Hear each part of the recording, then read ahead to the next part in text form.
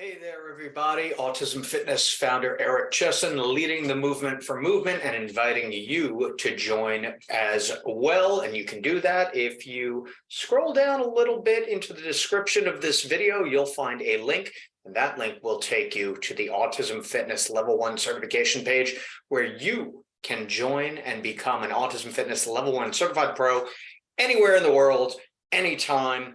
Go through the course on your own and then meet with me either virtually or in person for the full day practical to give you the hands-on, brains-on, feet-on, slippers-on training that you and your neurodiverse athletes deserve. And in today's Tuesday training, we're going to be talking about numbers. Namely, or specifically, we're going to be talking about sets and reps and how many exercises we need to have a meaningful, effective fitness session, whether we're talking about individuals or groups. So thing number one is that the main premise, the most important aspect of exercise programming for any population, but specifically because we're talking about the autism and neuroadaptive population, is going to be training effect. 2 words, highly important. Training effect, meaning that the exercise provides enough stimulus that the body needs to respond by getting stronger, getting more powerful, moving better, being more stable.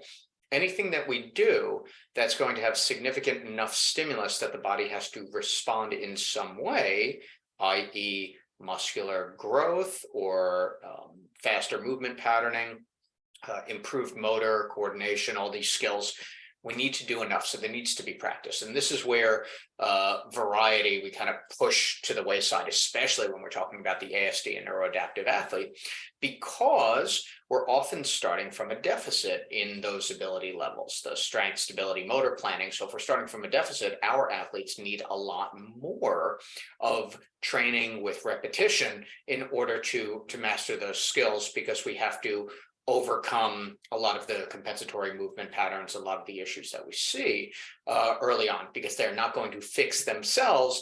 And we are often providing that exercise at a modified level for the athlete, or simplifying it so that they can't engage in that compensatory movement pattern where it starts to break down and doesn't look good and doesn't function the way that it functions, because that can lead to disuse and injury and all the things that we want to, number one, avoid. And number two, we want to enhance the skills that are going to enable our athletes to move better, move stronger, move more with more stability. So when we look session to session, this is not about, oh, let's do this, let's do that, let's do it next week, let's change it around. We want certain constants. So when we talk about different exercises, and today we'll take a look at, get to make sure it's one of my athletes.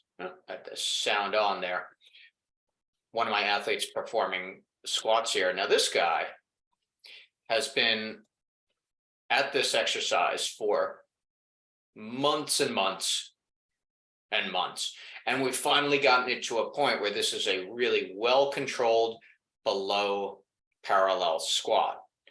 This is not, and now you see a little fold forward right there at the end, so it's not quite everywhere where we need it to be yet, but it's getting really good. That's not going to happen if we're just doing that once a session and then moving on to something else. The reality is, for the appropriate muscular stimulus, we don't need that many exercises unless our athletes are at like pro bodybuilder level, where we're segmenting and specializing and focusing on certain muscle groups, or they need ancillary or secondary exercises for those muscle groups. You really need only 1 to 2, at most 3 exercises per large group of muscles. So that's number one, the training stimulus. You don't need that many exercises. You really don't. Number two, if we have an athlete who does have some significant deficits in strength or motor pattern issues, and we'll see this right here, and we're working on a more modified variation of that squat or press or band row, they're going to need a lot more sets and reps here in order to meet that. In autism fitness certification lingo, we talk about this as the standard. What should the athlete be able to do? So here, this squat looks really good, and there's some progress to be made. That progress is not going to be made again with just one set of this squat every week. That's not how it works. It's not going to create the training effect. So how many sets do we need of strength exercises? When we're talking about our strength exercises, our squats, our pushes, our pulls, our carries, our sled pushes, sled drags, band rows, band pull downs. Generally speaking, we're looking at sets of 3 to 5 per exercise. Now, as always with autism fitness programming, we're not only talking about the physical, but we're talking about the adaptive and cognitive.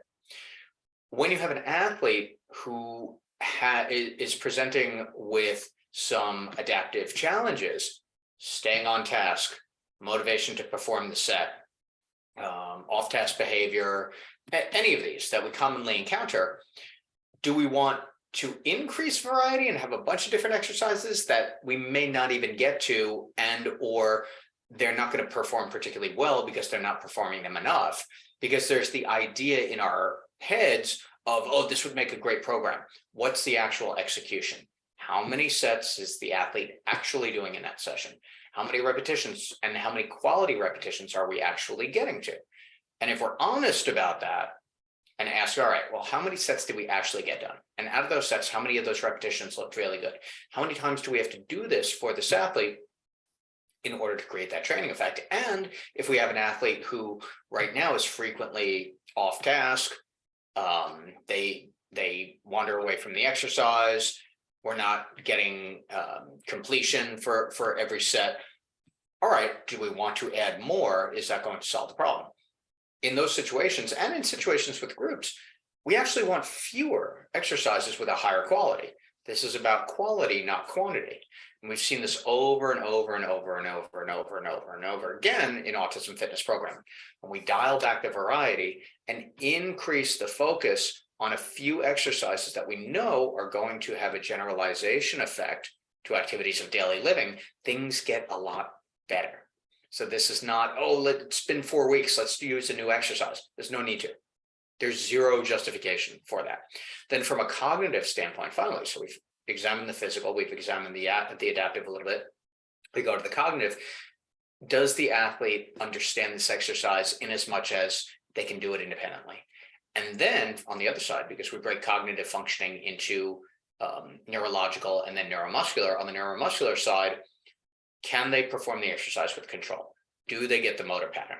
That is not going to happen with one set of 6 reps. And then we say, see you next week. Okay, I hope they learn it somehow.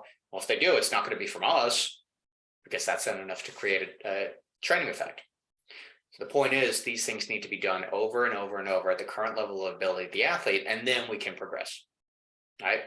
The boredom factor is usually on the part of the coach. It's not on the part of the athlete. Being afraid that the athlete is going to get bored is, number one, usually not true. And number two, is still not a good enough reason to change out an exercise that the athlete is still learning to perform. So when we talk about total number of exercises, total number of sets, total number of reps, of course, it depends on that particular athlete's PAC profile. And that is something that you get in the Autism Fitness Level 1 certification.